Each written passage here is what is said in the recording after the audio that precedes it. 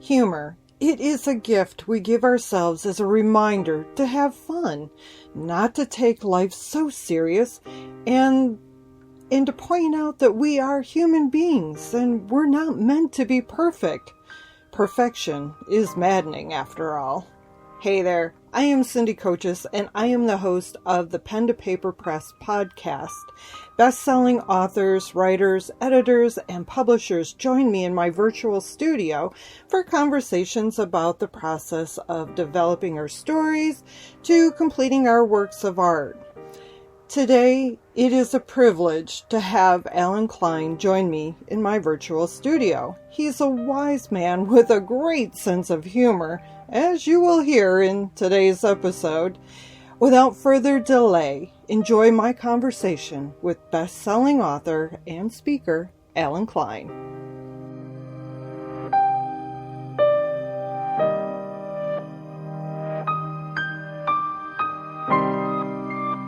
Today I have Alan Klein, who shows audiences worldwide. Let me start. Let me start that over. Go backwards. Backwards. Yeah. Retract. Back it up. Alan Klein shows audiences worldwide how to use humor and positive thinking to deal with life's, well, not so funny stuff. He's an award-winning author and professional speaker. He has published more than 30 books, and he's also a TEDx presenter. And I am honored to welcome you, Alan, to my virtual studio. How are you? I'm fairly good, fairly great. Good. I was trying to think of a clever way to answer. I'm good. One of the questions that I would love to ask you is, with more than 30 books published, what can you share with us about the ups, the downs of getting published? How many days do we have? Well, I'd like to keep this around, less than an hour for sure. All I was trying to point out is there's just a lot. I've been doing, my first book came out, The Healing Power of Humor, came out in 1989, and I certainly wrote that several years before, and there was some delays in it getting published. So, I'd say 86, 87. I've been writing since then. So there's just a lot that's happened. And I'm always amazed in the book journeys. So first, for people who are beginning authors or writers who want to be published authors, just let me tell them about how I decided at the beginning whether to self-publish or whether to look for a mainstream publisher, because I think that is an important part of the puzzle that every published author needs to decide. Yeah. And today it's really easy to get published if you're doing self-publishing. Right. There's just so many channels.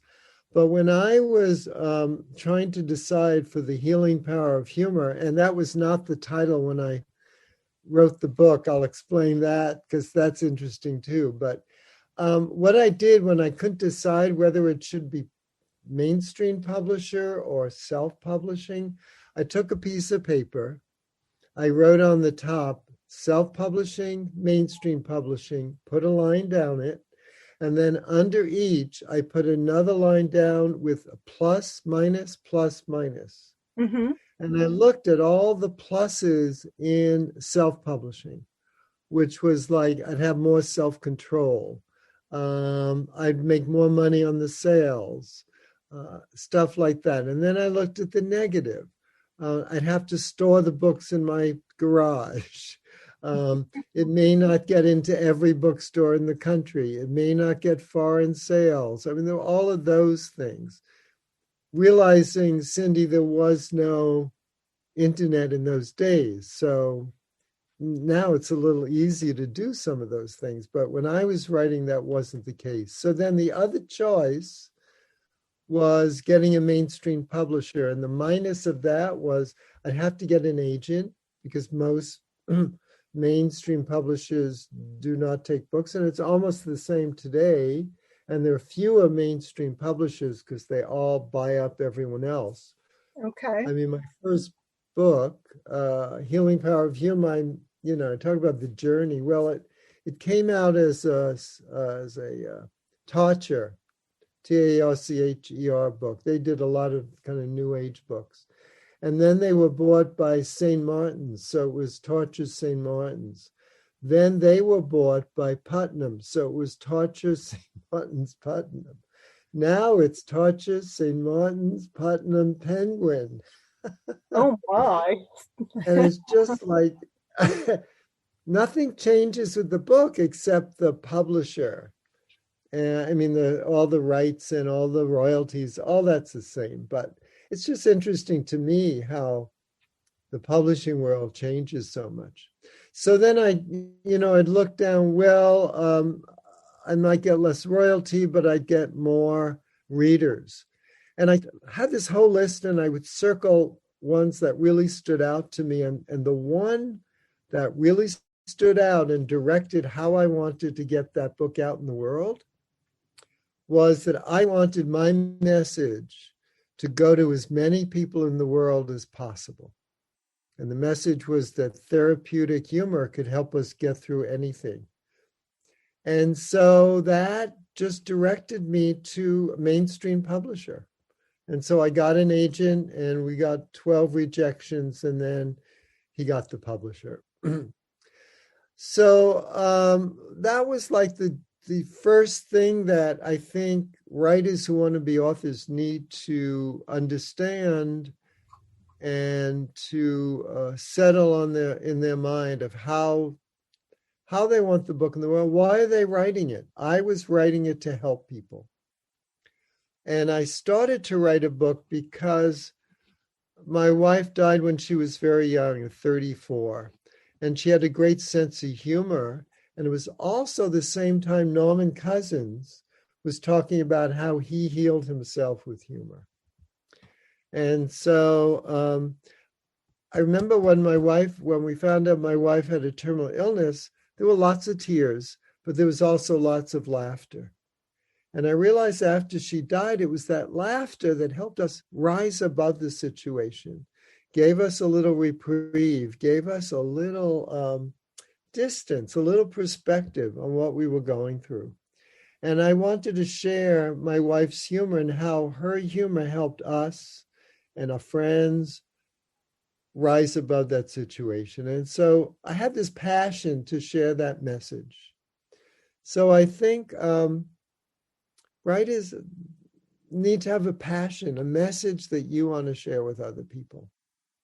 So I said I'd tell you about the title because I think that's such an interesting thing. And again, when I thought about writing a book, I never thought these things would happen. But the title I had was Learning to Laugh When You Feel Like Crying.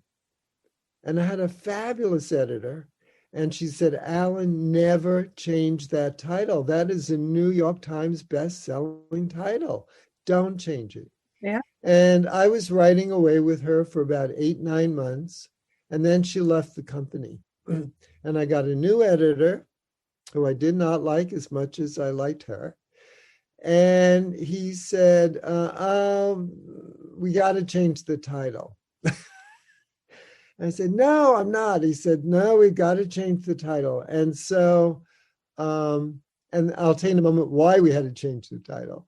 But the title from Learning to Laugh When You Feel Like Crying became The Healing Power of Humor.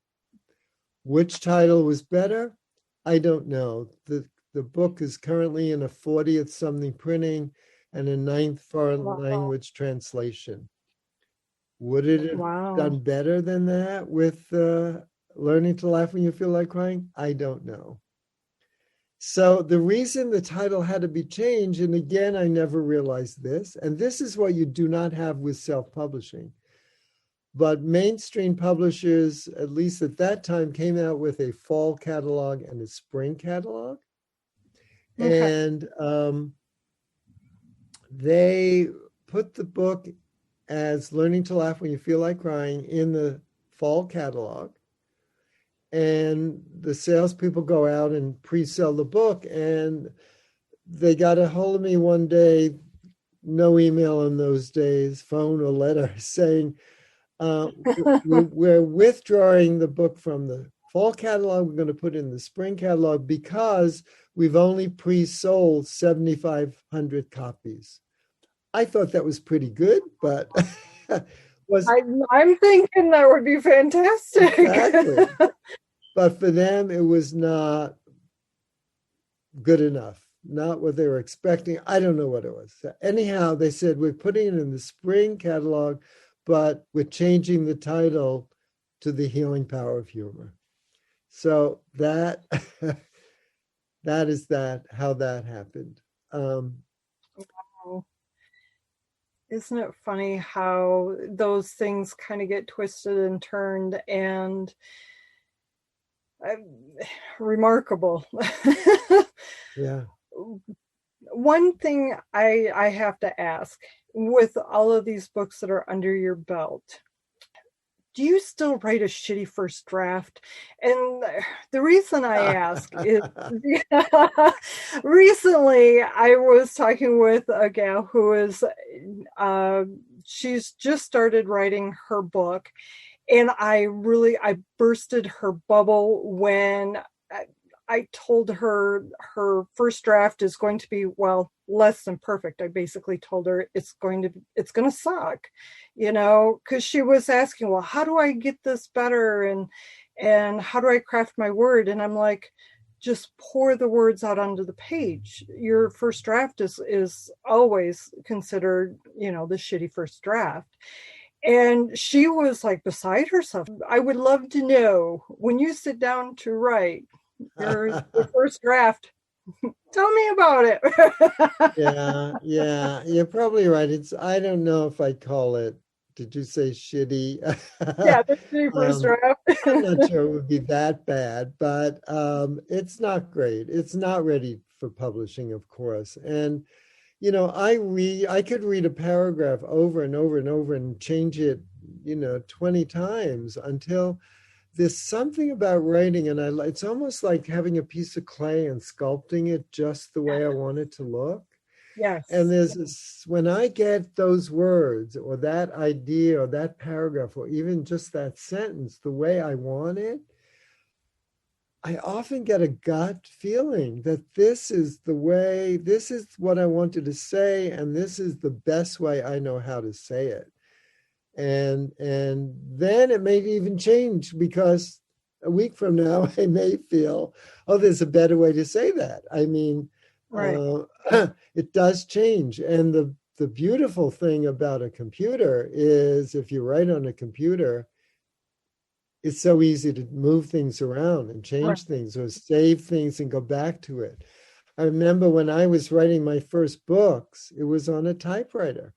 Mm-hmm. And every change I had to either white out, or most of the time I would, want to move things, cut and paste. You take this paragraph and put it at the beginning and Scotch tape it and, Yep. and then retype it. Remember that, Cindy? I do. I do remember having to do that. So writing today is so much easier than it used to be. And I find if I don't write every day, this is another tip for your would-be authors. At least for me, I need to write every day. It's like practicing the piano. Mm-hmm. If I skip a day, even the weekend, if I skip a Saturday or Sunday, I get back to it. It just takes longer to get into the flow of the book, into what I'm writing.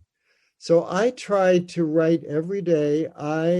When I have a book contract, first of all, I have a commitment to someone to get this done by a certain time.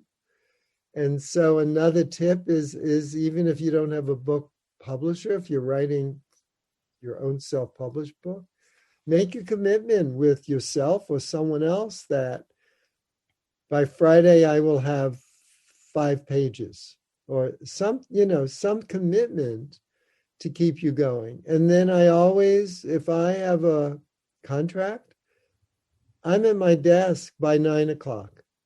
Are It's you? as if I have a job. And I have a Victorian house, so this is the second floor, and I have to go up the steps after breakfast. And I always joke, oh, the traffic was so terrible on the steps. I'm late for writing. But if I'm late, it's 5 minutes late. It's not an hour late. Because working for yourself, writing for yourself is like the time can just disappear. Yes. And you can just, oh, well, I'll just straighten my desk. And all of a sudden 2 hours are gone that you were going to write.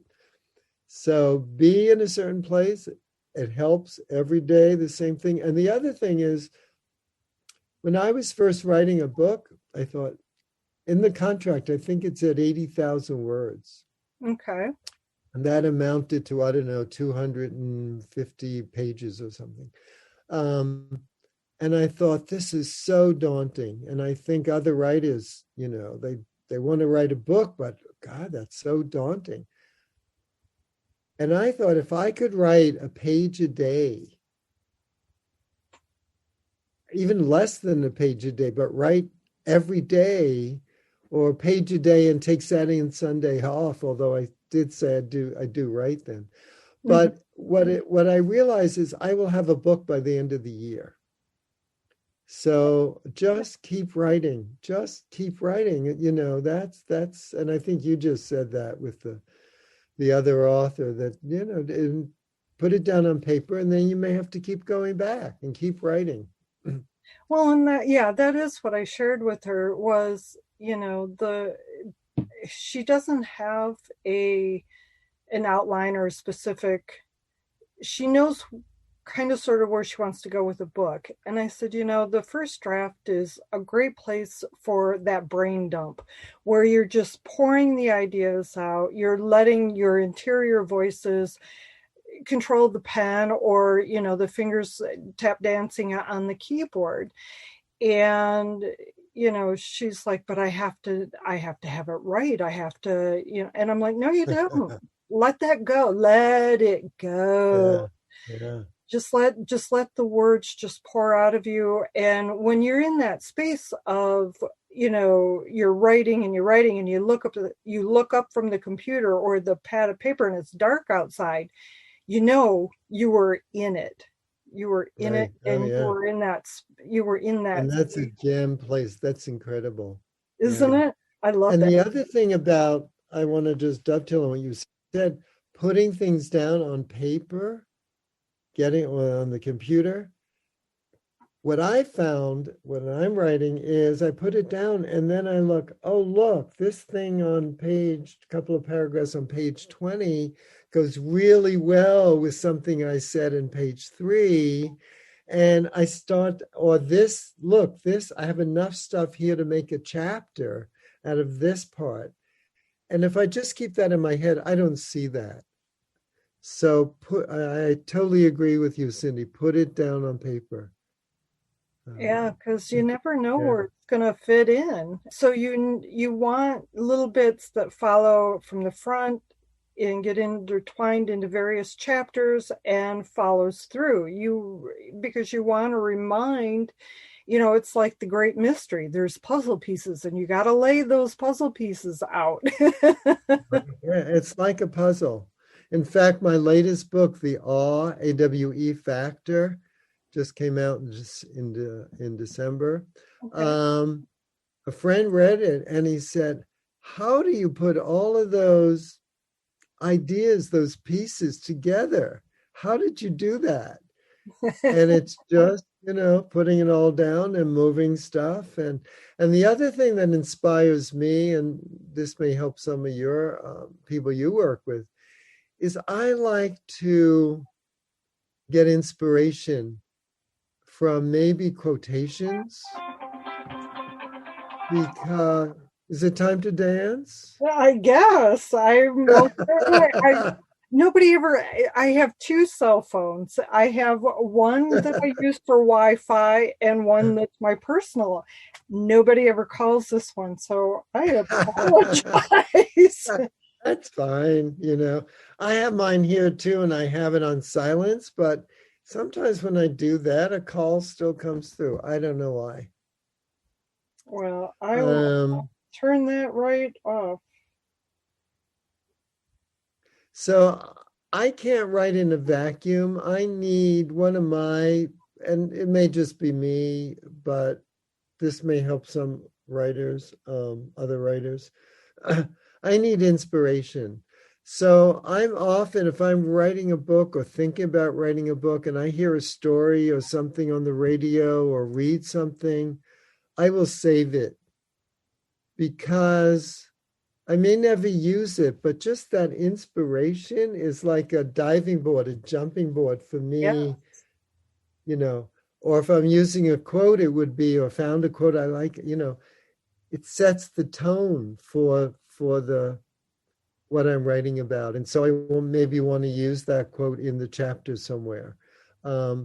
Or the other thing about quoting other people or quote or famous or other writers is it gives you credibility, I think. If you quote somebody, Yes. it gives you a little credibility, one that you kind of acknowledge this other writer and that someone else is talking about this subject that you're talking about now too. Right. So I find that's where I often get my inspiration is just I don't quite do that so much now. I put it on my computer, but I used to have cardboard boxes. And whenever I found a story, an article, something said, I'd write it down and put it in a box. And when the box was pretty full, I knew I'd have a content for a book. I'd have enough material for a book. See, and As I would simple as that. do, yeah, and I would use like index cards. Back when I was writing for a local newspaper, I would have index cards of different things that, oh, next year I got to remember to write about, the strawberry festival or the asparagus Right? festival or whatever, and the different events that were coming up. And I also had a manila folder, a filing system that I would have for different subjects that, ooh, Mhm. that would make a really good book or that would make a really good article. So, Right? Yeah. So I advise other writers start collecting because once you get your first book out, you're probably going to want to write another one. At least when I'm writing one book, I always get ideas for others. Uh, yes. So I'd like to tell you another interesting story about, we talked about journey. So I had, 7 or 8 um, quotation books with Okay. a division of Random House, and they were doing really well. They were sold, I think, about 400,000 copies. And then that division of Random House closed to save money. They just closed that division. Okay. And so I got the rights back. And for about a year and a half, I was struggling to sell those books to another company, and I couldn't find any. So I believe sometimes when we struggle, we're putting out negative energy. So I said, Alan, just stop that. Just stop that. And let's see if I have that card. I do. So what I did is I did a 3x5 card and I put the perfect publisher will find me on Yeah. the card. Perfect publisher. So I just let it out in the universe that I'm looking for a publisher, but I'm not going to struggle to find one. And I had it above my computer, so I saw it every day. So for writers, I think you need to put your intention out of what you want to Yes. happen with your book or books. Or Hmm. so this was my intention to find the perfect publisher. And I just looked at it hours a day because it was right near my computer. And then one day I went to a writers meeting where they were going to have a speaker about getting your book publicity for your book. And Okay. I knew I had heard about this person. I wanted to hear him. So I went to the meeting and I sat down on the aisle, and there was a man next to me turned around, speaking to two women behind him. And I heard them say to him, "Oh, we have a very successful publishing company, but we're opening a new division and we're looking for inspirational, motivational, uplifting books." And I turned around and I said, "I have 7 or 8 that Random House just very successfully published, but they're not publishing anymore. Might you be interested?" And they said, "Send us the books," and they gave me their card. Mm-hmm. And this was a awe moment related to my new book, The Awe Factor.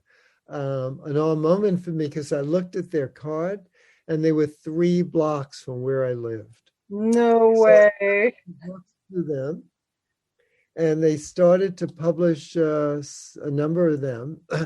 And then they got too big for the little office near me, so they opened a much bigger place and had a big party. And I walked in, and this woman comes up to me and she says, "I am so glad you're with us. I own this company.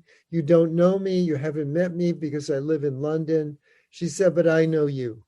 And I said, "How do you know me?" I didn't recognize her. And she said, "I used to live across the street from you, and I'd see you walk your dog every single day." Oh, wow. And I thought, the perfect publisher has found me. And No, now I'm working with the same editor. She's with a new company. And together we've probably done 8, 9, 10, 11, about a dozen books together.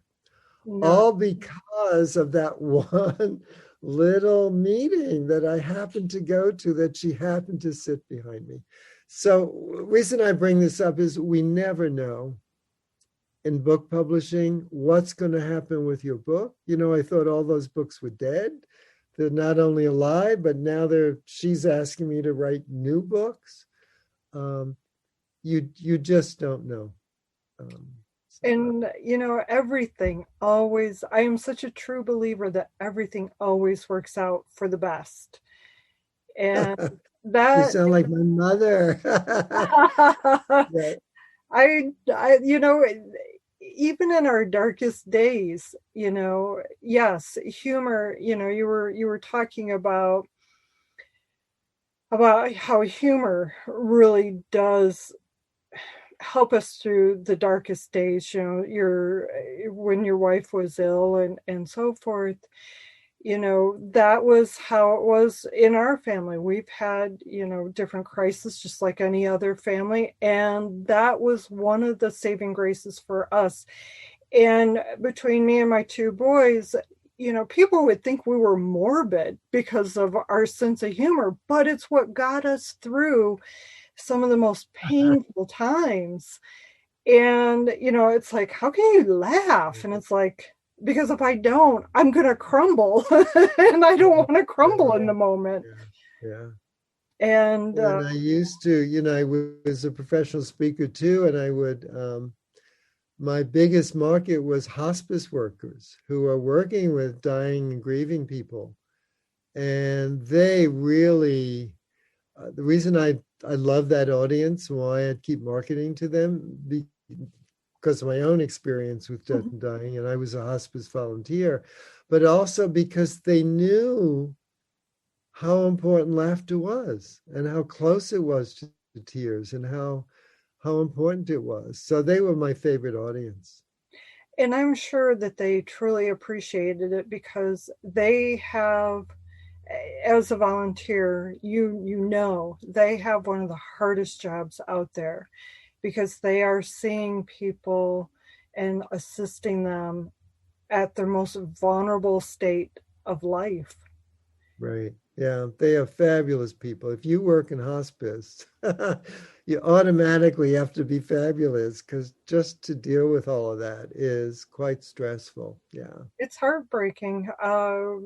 My father, we had hospice come in when my father was at the end of his life, and my mother is a retired RN, and there's more to the backstory, but I don't need to go there. Um, what they do is incredible, and for them, humor is not only a reminder that we're still alive, because humor does, it brings us back to the moment versus what's going to happen or how am I going to feel about this. It brings us back to the moment that we're in, and okay, how do I want to feel in this moment? Do I want to feel like, do I want to feel the pain, or do I want to help somebody to feel the joy? And yeah, it's just Yeah. incredible what they And go. I think, when the patient's in the hospital, all attention is given to the patient. When they're in hospice, it includes the whole family, because anyone who's dying, the whole family around them is dealing with that, and they need comfort and they need support. Yes. And you don't get that from hospitals because they're focused on the patient, but you get it from hospice because they focus on the entire family, and the spiritual care and the just comfort for everyone involved. So yeah. So I want to get back to a little Yeah. tip for Yeah. writers. Go for it. Um, I used to belong to a writers group, and every month one of the participants would come and talk about all the great ideas she had and would never write them down. I don't know, she had some block about like putting it down. And I realized that, yes, a lot of people may have that. I don't like sitting at my computer. I don't like writing, whatever it is, but there's so many ways to put down your thoughts into a book. You could tape them on a tape and somebody can transcribe them. You can write it on the computer. You can write it on longhand on yellow pads. I think Woody Allen is famous for writing that way. I know writers who love old-fashioned typewriters. Um, they just like the sound of it, and they're just so used to it. Um, how else, Cindy, can you write? See, I've done the dictation, into the recorder, especially if I'm driving, because that's where a lot of Oh, times I get the ideas. And of course, when you're cruising down the freeway, and in my case, I tow a camper, I can't just pull over. right, So right. I open up the app on my cell phone, and yeah, I start to, speak into the app and Yeah. record it for later. Yeah, Post there's a all note. kinds of ways of writing. I remember when my first book, I said that fabulous editor, when I first signed the contract, she gave me this little pad with a pen, and when you picked up the pen, a light would come on. She said, keep this by your bedside. She said, because often in the middle of the night, you will get this idea for your book and fumble for a flashlight, something, just write it down. you know, There you and go. it'll light up and just write it down. So you never know when ideas come. I actually what do you call it? When you honor someone at the beginning of the book, what is that called? You dedicate. I Oh yeah. dedicated one of my books to my dog because some of my great ideas would come when I was walking the dog. It Yes. was quiet. It was just me and the dog. There was no one else talking to me. I'd be inspired by nature. And suddenly, I was working on something and it wasn't coming out well. And in that walk, it would resolve. And sometimes I get a brilliant flash of what needs to be in the book or in the chapter or the title or whatever. And it was walking the dog. A lot of people get ideas in the shower, right? There's something about certain places. And so, and one of the things I also find in writing is if I'm writing a certain subject, like the recent book, The Awe Factor, Mhm. I would see things that would awe me or stories people would tell me. I would go, that's got to go in the book.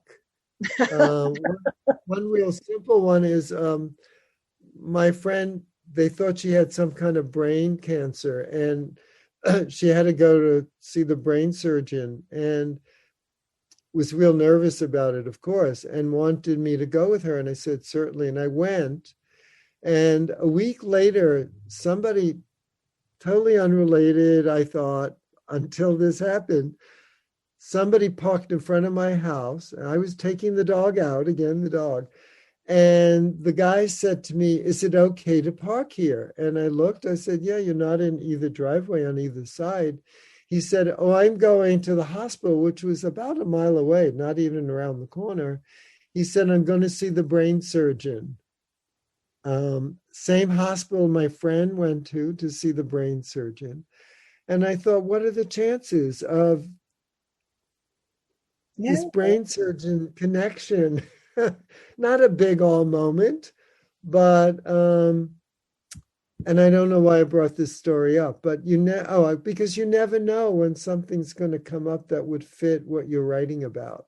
Right. So just keep those antennas up and that thought open, and things will come to you. Yeah, and they do. They come at, like you said, at the most, when you're not thinking, when your mind is at rest. So I hope I've given your listeners some tips and most certainly. And you brought back a lot of memories. It's been a long time since I've typed on a regular typewriter and thought about the file folders that I used to have. Well, I still have them. They're somewhere. With all of my, ideas for articles and to throw into a book somewhere along the line. And boy, I have not thought about those in years. I mean, I used to store them in a filing cabinet that, I rarely ever went into. But no, this has been great. I am so thankful and grateful that you joined me today here at, my virtual studio. So, where can people find you on the internet? What is your website? Well, my website to find out more about me and articles is www and then my name, AlanKlein.com.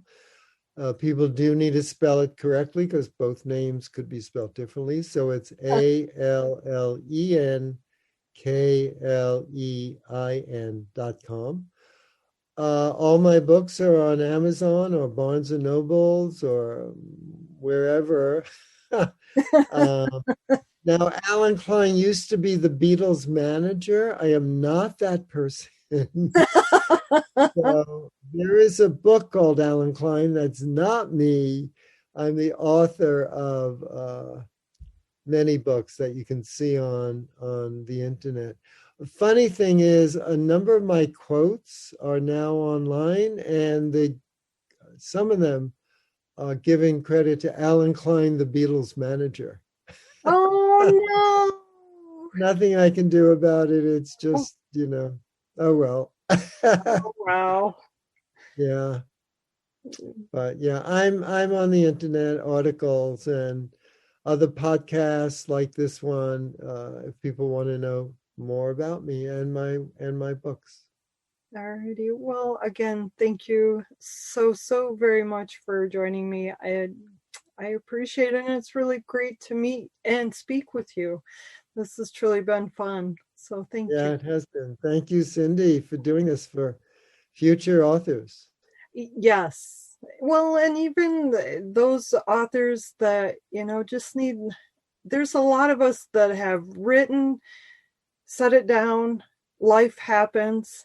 And then we think, yeah, I should get back into it. And, but once a writer, always a writer. And it's something that's in us. You're helping them do that. So thank you. Yeah, because, keeping a writer silent is not easy to do. And it's us that keeps the writer silent. It's us ourselves. So, all righty. Well, you take care of yourself, and thank you.